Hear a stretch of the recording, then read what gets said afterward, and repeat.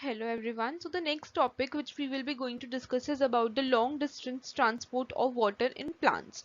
So let's start with the first slide of this.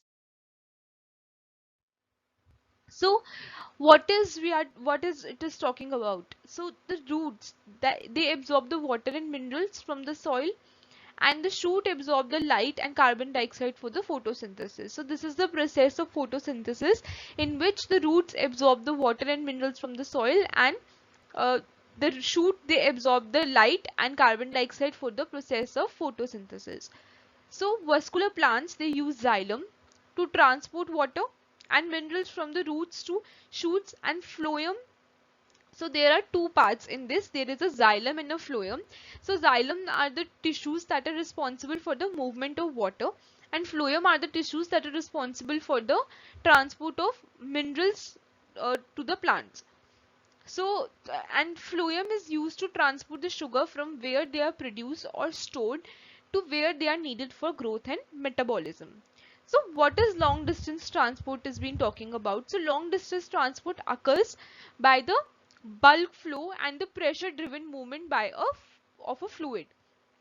So, there are four transport functions in the plants. First is absorption of plants water and minerals by the roots, then accent of water and the minerals in the xylem. So these are the four functions, transport functions, which are in the plant.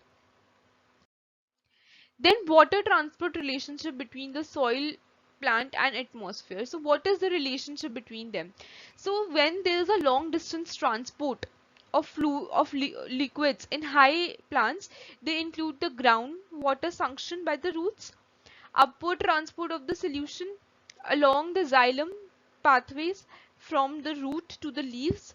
There is a water evaporation by the leaves.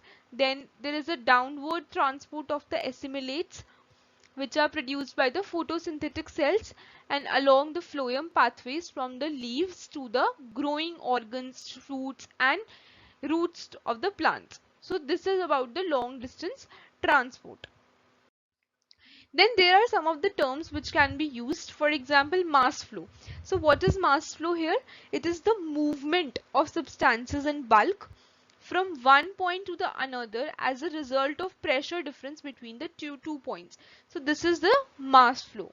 So substances are swept along at the same pace. So this is the terminology which is being used in the long distance transport of water in the plants. Next is about the bulk flow. So bulk flow can be achieved either through a positive hydrostatic pressure gradient or by a negative hydrostatic pressure gradient. So there is a bulk movement of substances through the conducting or vascular tissues of the plants, which is also called as a translocation. The higher plants have highly specialized vascular tissues called the xylem and the phloem. Xylem is associated with translocation of mainly water.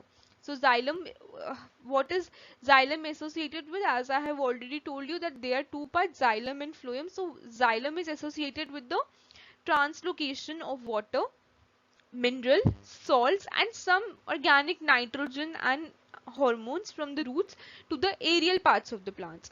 So this is the function of the xylem in the plants. Then what is the function of phloem in the plants?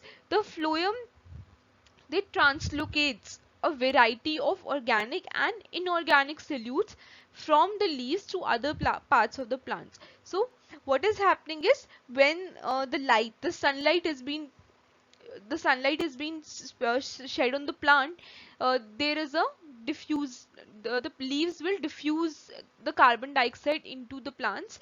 There is a and what happens is the there's a process of photosynthesis which takes place, and in the leaves the leaves will do it function. They will make the food for the plant, so it will form the food in the form of glucose. So when the glucose is being formed, it is being transported to the plant, to the whole of the plant. So glucose has been transported to the roots, to the stems. So here the function of phloem comes in when it translocates a variety of organic and inorganic solutes from the leaves to other parts of the plant. Then this is a diagrammatic representation, as I have already told you that there are functions of xylem and phloem. So this is a diagrammatic representation of long distance transport of water and minerals. So this is a leaf cell in which sucrose has been produced. These are the companion cells, and here it is the phloem tissue which has been shown.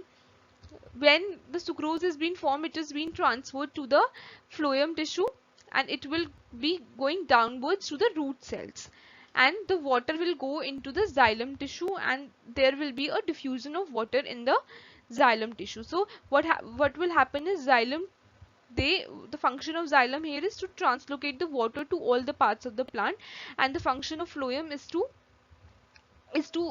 get the glucose to all the parts of the plant, for example to the root cells, to the stem cells, etc.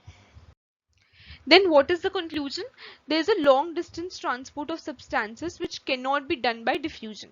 So it is a slow process and only meant for short distances. So this is a conclusion.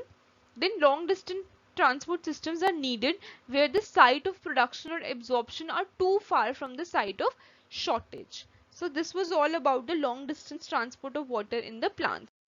These are all the references.